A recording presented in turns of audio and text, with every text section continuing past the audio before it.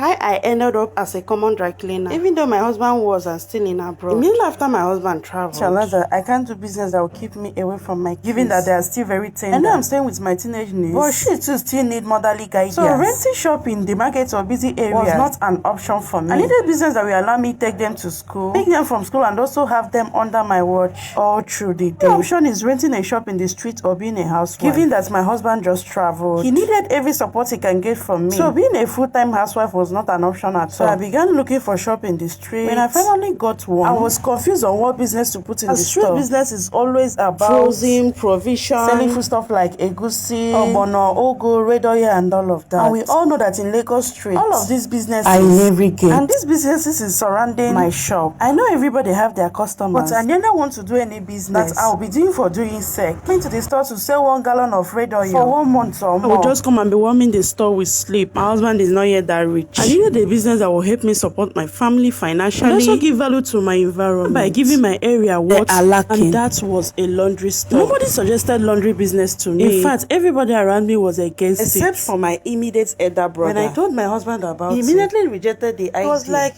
what will people say? That my wife is washing people's clothes on the street? God forbid. What happened to selling Africa? What happened to selling baby clothes? What happened to selling baby things? I told him those things are not in high demand in the street. With the fact that we already have a lot of them around the store. And we don't want anything that will be tying our money down just because we want to please people's opinion. It took me 2 months to convince my husband, with the condition that I will quit after 6 months if the business is not given. When choosing someone that will help me set up the store, I went very far from my house. A professional dry cleaner that has been into the business for 13 years. I needed a very determined and reliable person to put me through, because I don't want to everly give up. At first he told me that I won't be able to do the business because I don't have anyone around, and also for my kids. But I insisted that there is no harm in trying. He immediately understood how determined I was. He promised to support me with the only condition that I must learn how to iron and how to do every other things in clothes. At first I thought he wanted to scare me away, but the spirit of persistence in me accepted the condition, and I started. And that was the best decision of my very life.